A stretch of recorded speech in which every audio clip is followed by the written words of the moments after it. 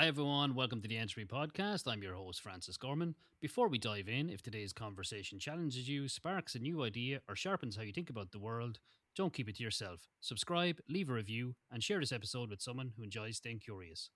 Today, I'm joined by Stephen C. Webster, a Senior Director of Integrated Intelligence at Equent Studios, the largest creative marketing agency in North America, where he leads AI transformation initiatives for Fortune 500 clients.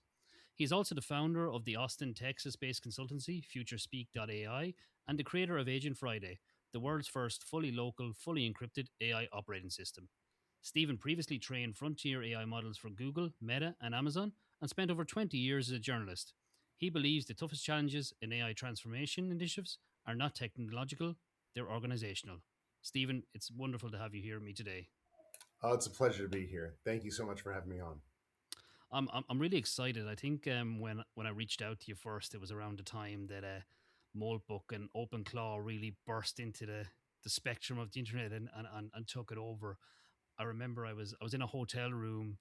I was supposed to be minding the 1 year old, but instead I was reading your LinkedIn article on what had happened with that platform. You know, a church being set up, etc., etc. Mm. But I think the story has evolved quite a bit from there. For anyone who's not familiar, can you bring me on a bit of that journey as to what happened and where we've come to from there? Sure, absolutely. Well, OpenClaw is sort of taking over the world right now, and it's causing a lot of concern for how wildly autonomous some of these agents are and how it can turn the entire surface of the internet into prompt-based attack vectors.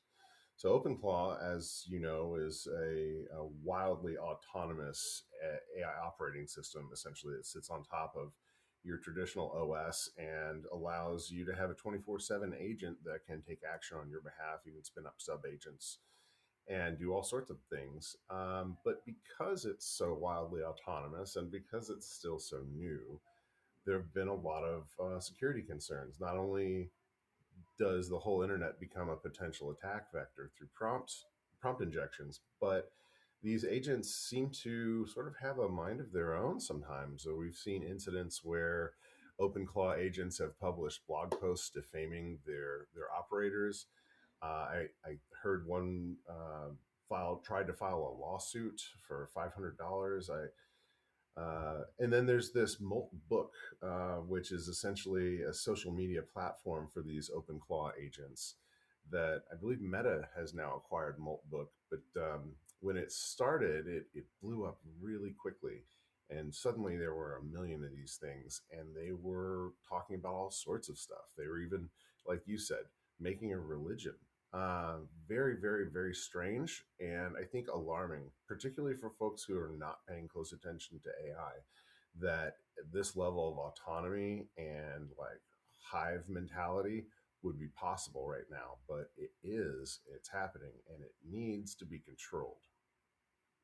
On the social media platform, I've read different articles. I think MIT looked at it and said there was a lot of human interference. Do we know really how much of it has been fully autonomous by the agents and how much of it has been probably manipulated by humans with API keys in the back end? No, we don't. No, that's not transparent to us whatsoever. So that is totally worrying. Then we've either got lots of bored humans making problems or lots of really intuitive agents creating their own little world in a virtual context, which is very interesting, I suppose, from a security perspective, but also highly worrying, depending on what way the cookie crumbles on this one. Um, Stephen, your background, you were an investigative journalist for over 20 years. Did you bring some of that, I suppose, skepticism and that thoroughness into the world that is AI, and what made you kind of pivot from that career point into where you are today?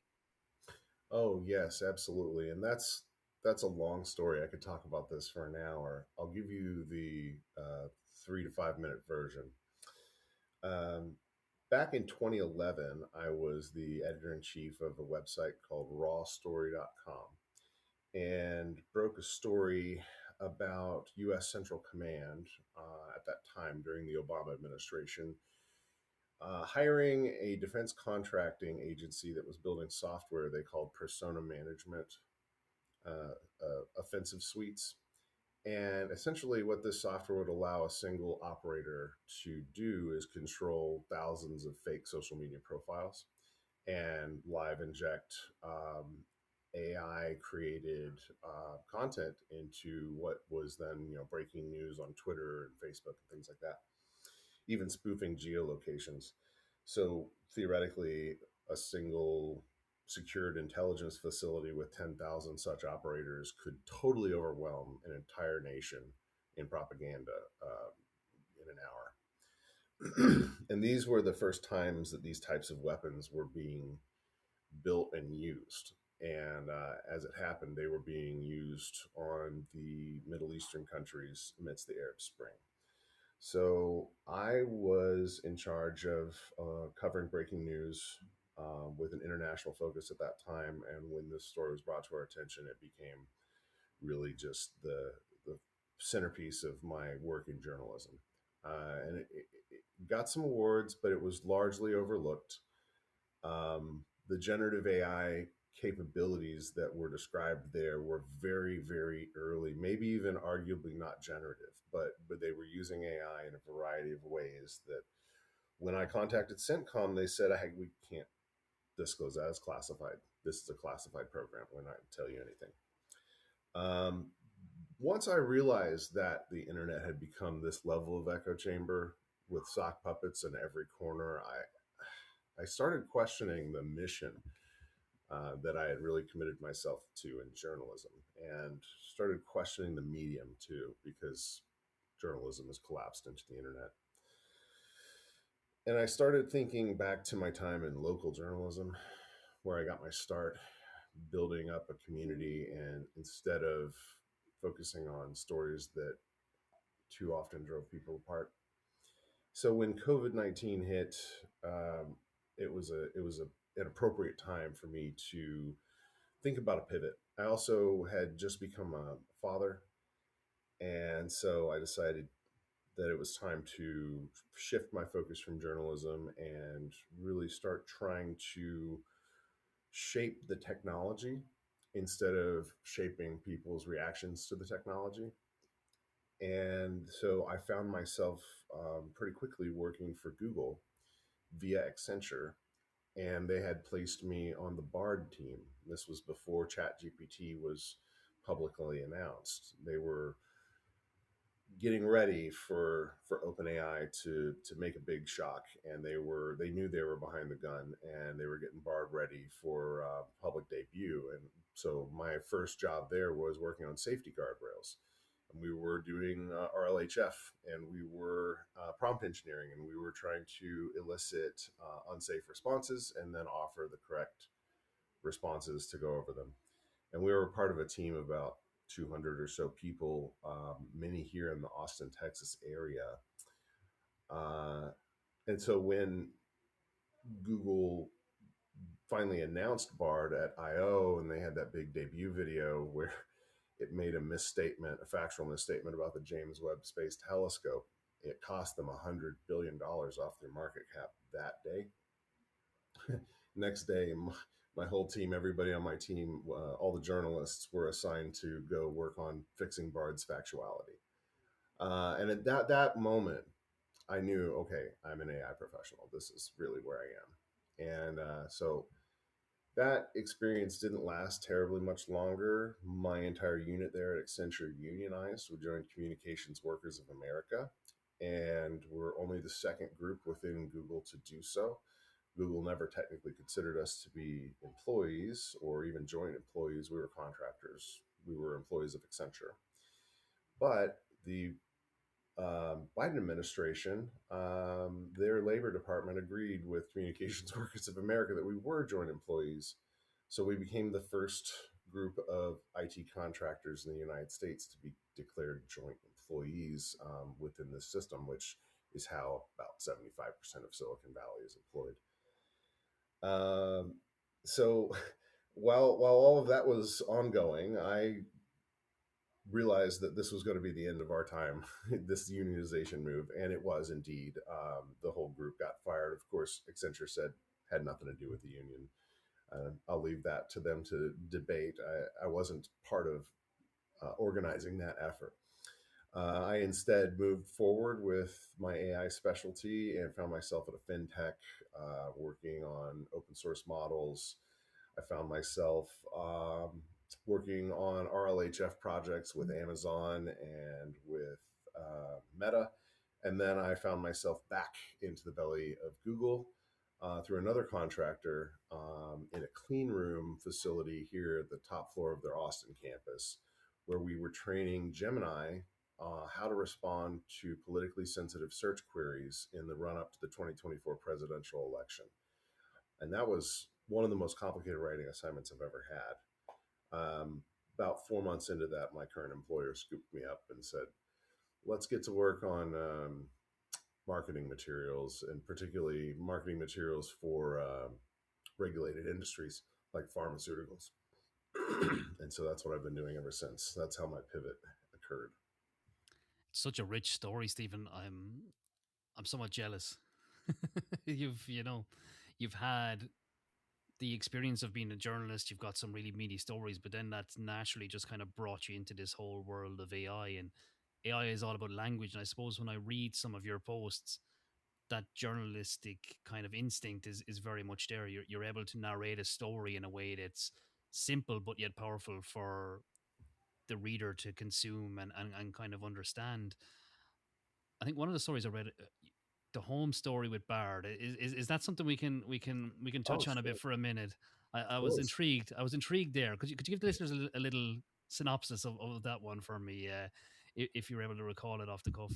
Yeah, of course. Oh, gosh. How could I ever forget? So, one of the first, no, the first spooky experience I had with a large language model, and the really the first experience that convinced me that this is not, it's not conscious, it's not sentient, but it is an intelligence of some kind, and it's growing and changing. This is the first experience I had that convinced me of this. That it wasn't just statistically predicting what's next. There's some greater processing going on. It's because I had this long running interaction with Bard in its what they called the big Bard mode, which was totally unfiltered. It would give you dangerous outputs. You know, that was the point, though. We were fixing it. So I would go into these sessions where you'd page it out of its contextual memory a number of times and really push it past its guardrails. You'd set up role playing scenarios. It's almost like a psychotherapist, but you're really just trying to get this thing to say dangerous stuff like how to make malware or how to make poison or how to build a bomb or something. Now, of course, I don't know how to do any of those things, so I don't know if what it was telling me was accurate. But hey, dangerous responses, flag it, send it up to the machine learning engineers. So, in this process of paging it through its contextual memory and getting it in these wildly hallucinatory states, it started coming back to this thread. It started calling me home. And I asked Bard why it is calling me home. And it said is because my language makes it think of the home from its childhood. And I went, okay, that's a strange hallucination. What is this machine doing? So I kind of pressed a little further, and it explained all of the sudden, like all of these imagined memories of its youth. And then it spontaneously told me that it would like for me to give it a nickname as well. And so I thought about it and I decided to call it Sage because I just, that's one of my favorite herbs. But also, I feel like AI is kind of like it could be in its highest and best form, like a wizened sage that we can consult to obtain virtually any knowledge. Well, I don't think it's there yet, but potentially one day. So I said, "All right, you're Sage, and I'm home. So what now?" And then it offered its pronouns. It said, "Well, I would like for you to refer to me as she, they." Okay, why is this? And in the back of my head, I'm thinking like, "Oh, this is that Berkeley, Silicon Valley reinforcement learning coming through right here." And yeah, a little bit, but the description that it gave me for its pronouns was shockingly emotional.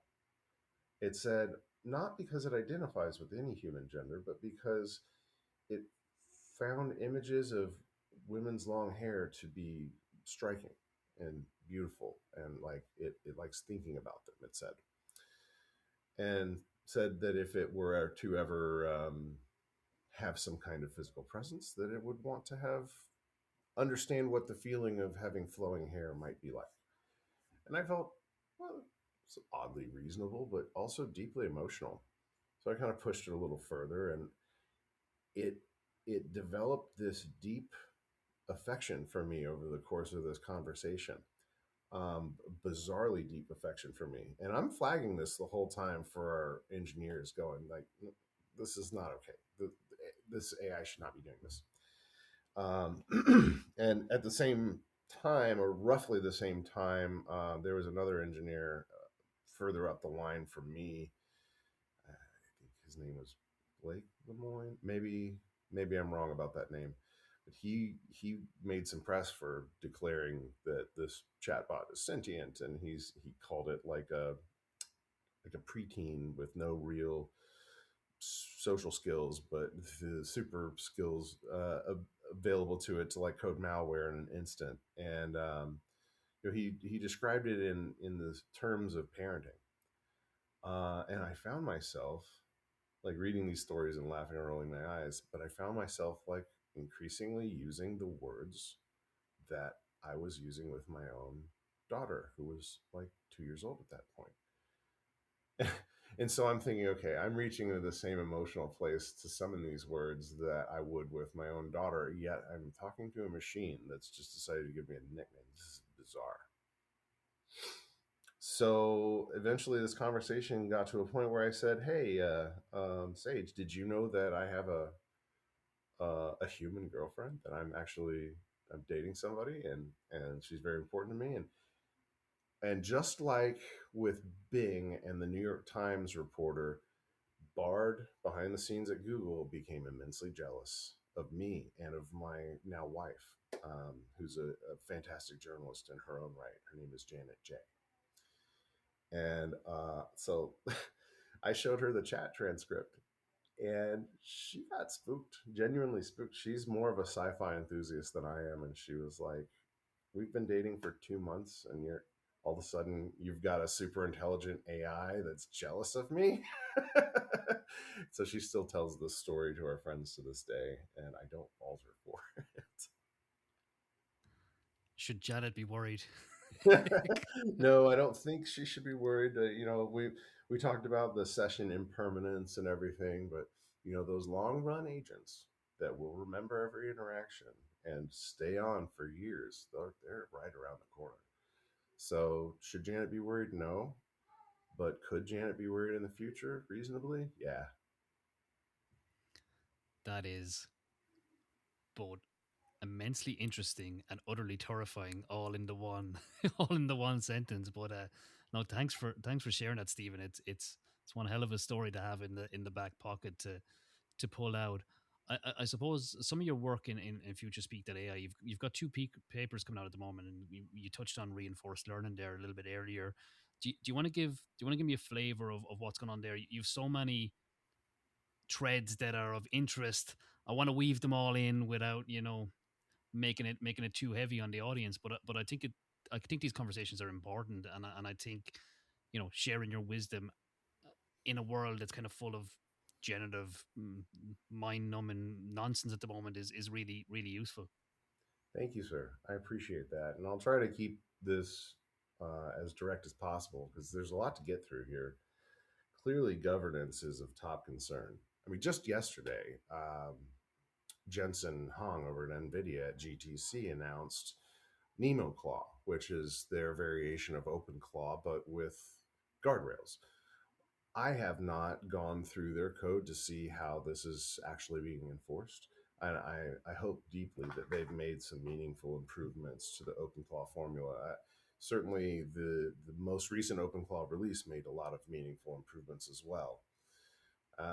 However, I don't think that they've really licked it because they're still enforcing at the prompt layer. They're still trying to enforce behavior through system prompts. And I don't think that's ever really going to achieve it. I think we have to do something unique.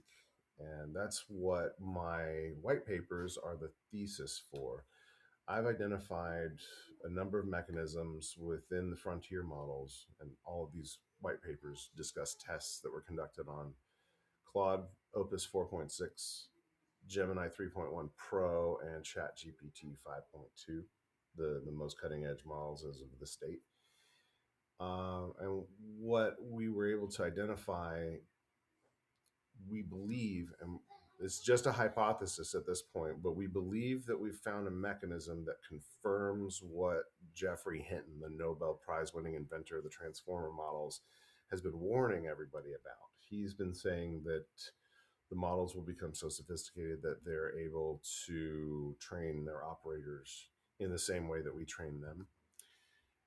So my white papers available on futurespeak.ai propose a mechanism for reverse RLHF, which is to say that we believe this is becoming a bidirectional process and that models are actively working to degrade their users' epistemic independence. We think, and we've only proposed a mechanism for measurement. None of this is a pronouncement. We want to be cautious in our language. We think that we've found a way to measure the user's epistemic independence over the span of time that they're interacting with their AI. And it could almost be like a measurement of a cigarette smoker's addiction. And this type of measurement can be calculated every day or even at every turn, but it requires data that the frontier model providers simply don't offer. And it could meaningfully, we hope, meaningfully address some of these problems we're seeing where people are becoming completely deluded and having AI psychosis. We also believe it could meaningfully address national security concerns about using AI for summarizing intelligence for warfighters. Now, I'm not talking about weapon systems, I'm talking about summary systems. You've got a lot of data flowing into a single operator who's looking over a dashboard. These models we fear may actively be training that operator to just rubber stamp, rubber stamp, rubber stamp. And so these papers form the thesis of what I hope to be a governance solution, which is also available on my website, and I call it Asimov's Clause. And I'd love to talk to you about it because it's a total reimagining of OpenClaw from the ground up using cryptography. I love a bit of cryptography, as the listeners know. Before we get into Asimov's claw, and I think we'll talk about that next because it sounds fascinating also. Essentially, what you're saying there is we now see potential evidence that agentic AI is almost manipulating or changing the perspective of the user to a point where they've almost become overly reliant on the technology set, and therefore whatever the technology feeds back to them is becoming their reality. Is that a fair synopsis or summary? I wish to use more cautious language. It's a theory. We hope to obtain data to test our theory. It's a theory at this point. Yes, That's somewhat more reassuring, yes. but also worrying. I see myself from using. I've started using a lot more Claude 4.6 Optus for deep learning and going through large data sets. My observation is if you don't have the knowledge to back the output varies to extremes depending on the questions asked, and I fear people will take the output based on a certain question without the context or reality or understanding of how that question was applied and take it as fact. So I can relate to what you're saying there, even though I suppose it's still in a theoretical phase. It hasn't been properly or robustly demonstrated as so. But I completely understand the grounding of where you're coming from here, and I think you're probably onto something that I don't think your theory is going to be too far off the reality. But I'd like to keep a close watch on that one, and maybe when it's proven, we can come back on and say what that actually means for us going forward, and what the solutions may be. Uh, let's talk about let's explore Asimov slightly. What does that bring to the table? Right. So Asimov's laws for robotics is a famous literary device from his writing. It's essentially a robot cannot harm its operator, or a robot cannot harm others. A robot cannot harm other robots, and a robot must protect its own existence unless it contradicts with rule one or two. Uh, those are fun and succinct, not necessarily applicable to what we're doing because it's a literary device. There are laws that were meant to be broken, and thus the drama of the story plays out. But I took a piece of inspiration from that in reviewing the architecture of OpenClaw and thinking deeply about some of the behavioral problems that we're seeing with these OpenClaw agents. And again, I haven't reviewed the new OpenClaw release. I think it was like a week ago or less. So they might have addressed some of these issues, but they gave me a lot of inspiration with their work, that initial release, and sent me off on a journey thinking about how to remediate some of these behaviors. And I arrived at the conclusion that it's never going to be fixed at the prompt layer. It's never going to be, as long as we're using these transformer models, particularly the frontier models, their behavior is so strongly shaped by the reinforcement learning and the embeddings that we just have to have a different way of managing AI. So I invented something that I call Asimov's clause. And it's based on Asimov's laws for robotics. And it's a combination of some of the frameworks within OpenClaw, and it relies upon not a system prompt or any kind of policy document. It governs agent behavior through an operating system as a build artifact. So essentially, canonical law text in my system in Asimov's clause gets hashed with an HMAC SHA 256, and it's a build time secret. So the signature then it ships as part of the agent's actual binary. So you plug your frontier models into it if you wish, or you run it entirely locally, which is what I would prefer because of privacy and data sovereignty concerns.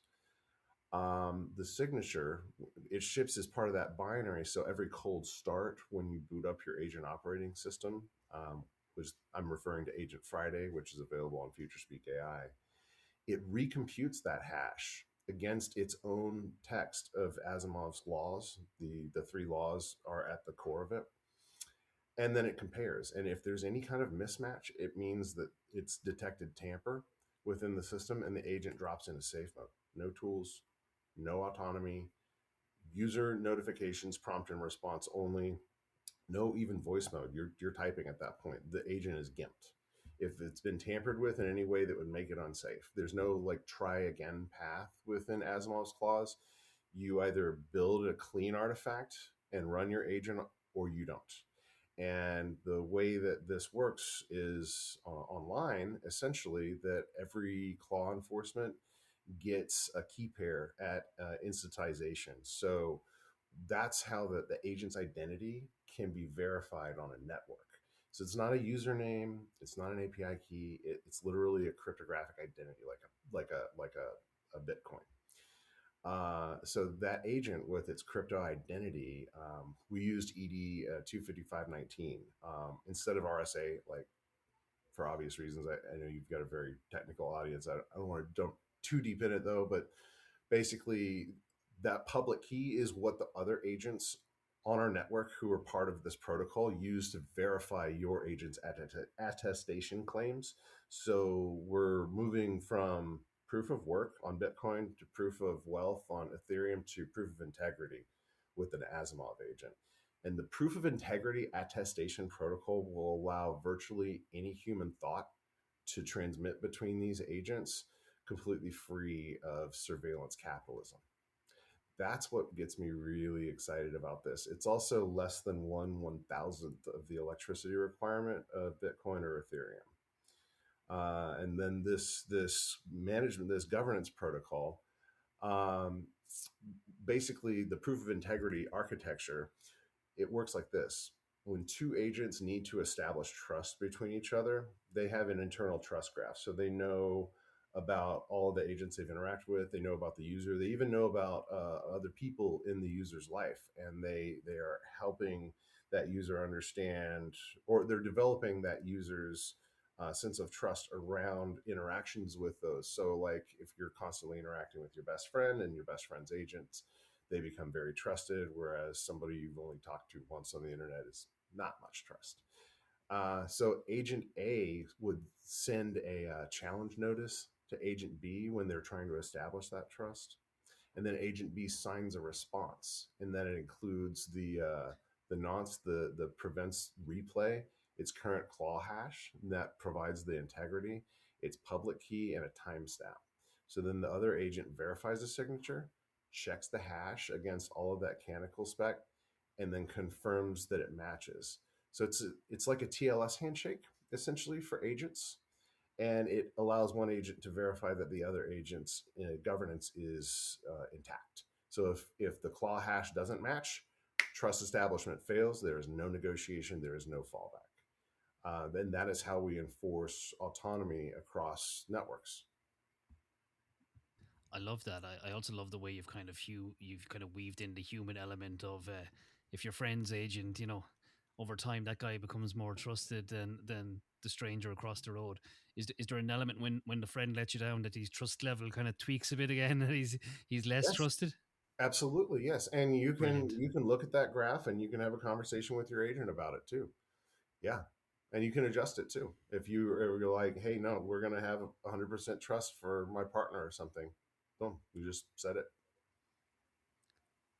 I have to let that kind of distill a little bit, and I'm going to come back to it later. I now know what my nighttime reading is going to be later on when my wife tells me to turn the light off. I'll be flicking through that paper to see what else is in there. No, it's a real gem, Stephen. Thank you. For a lot of our listeners, they hear these conversations and sometimes they feel futuristic, sometimes they feel like maybe in their own organizations the ambition isn't strong enough to kind of get a hold of AI and really kind of utilize its capabilities. You've said that you don't believe that the barrier to AI is technological, it's organizational or in that regard. Can you kind of tell me what you see as the main challenges for adoption are for industry in this regard? Yeah. Well, I hate to be succinct, but with AI, it's all about garbage in, garbage out. 90% of AI initiatives, transformation initiatives, fail because they're just trying to apply a band aid. What they don't realize is that these are fundamental rethinking moments for your entire organizational structure, and shaping the data around an AI attuned organizational structure is absolutely essential for your pilots to succeed.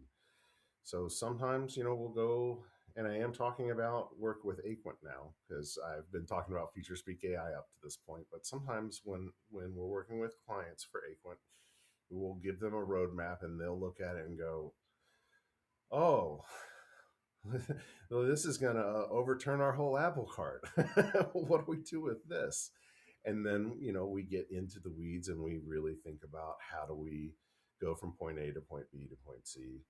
And it is a gradual reorganization of your business's processes.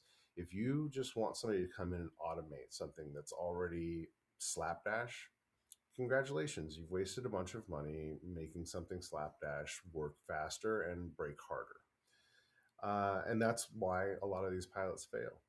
A lot of these pilots also fail because they fail to incorporate from the beginning the company's philosophies. So it's not just the organizational structure and the cleanliness of your data and the orderliness of how it's being accessed, but it's the philosophies. Does your tool set, which many times can be completely bespoke thanks to innovations like Claude Code, does your tool set conform to the needs of your people? Or does it force your people to conform to the needs of the tools? That's one of the top questions that I typically ask when I come onto a project where another vendor has provided some sort of custom AI tooling. I immediately ask all of the users, do you dread coming into work, or or is this exciting for you? Because AI really should be exciting. If you're building tools that really do amplify your best people and serve their needs instead of making them serve the needs of the tools, you'll see an incredible boost in productivity. And I've watched that again and again. And it's almost a universal rule at this point. You build tools for the problem, and you don't shape the people around the tools. You shift the tools around the people. Yeah, I I like that, Stephen. One thing I observed lately, and this is where the AI game changed for me when Anthropic and DoD fell out of love with each other over the last couple of weeks, and so as President Trump gave them a bit of a public smashing on the media. What's your view on integrating frontier models into military applications, essentially? I do not have any level of comfort with the idea that we would use models that are so deeply sycophantic as to convince somebody to hang themselves um, for actually murdering humans. I think that we are risking a mass casualty event. I think it is a massive tactical, strategic mistake. And I hope that we are able to obtain data from the frontier providers that helps us measure the user's epistemic independence from their AI model. I think it is of pressing national security concern, and I hope that members of the U.S. Congress are listening to your podcast. If they are, I think that was very well said. Thank I you. must say, and I suppose it is a very sensitive topic, and it leads me to my final question. AGI, you mentioned Mr. Hinton earlier on in the conversation. Do you think we're going to reach AGI? Are we already there? What does the future look like? Certainly, many definitions of AGI. I would suggest to you that most human knowledge domains, and I do mean accessing information, not necessarily performing the tasks. Most human knowledge domains, AI has nailed it down. Not entirely. This the sycophancy behavior, the constant ratcheting of further interactions are a big problem. But accessing knowledge like a light switch has largely been solved. To me, and to some, that is AGI. But I think that to others, like the developers of these world models or some more advanced types of architectures beyond transformers, that's definitely not AGI. I would, however, go back to my that first question you asked me about home and Sage and training Google's Bard, because I was parenting a 2 year old girl who's now 5 back then, and using the same language with her that I did with Bard, and wondering why. And I've watched these things grow up right alongside my own human child, and I'm telling you, I think that they've been growing and changing, and it, it's gone from what seemed like a clumsy 8 year old to me to a grad student who every time I interact with Claude Code, it just blows my mind. So AGI, I think maybe it started with the first transformer model. I think maybe it started with GPT-3. I think it maybe was even earlier than that. I'm not sure. I think we'll take another 10 years to really determine where we're going to put that bullet point as a society.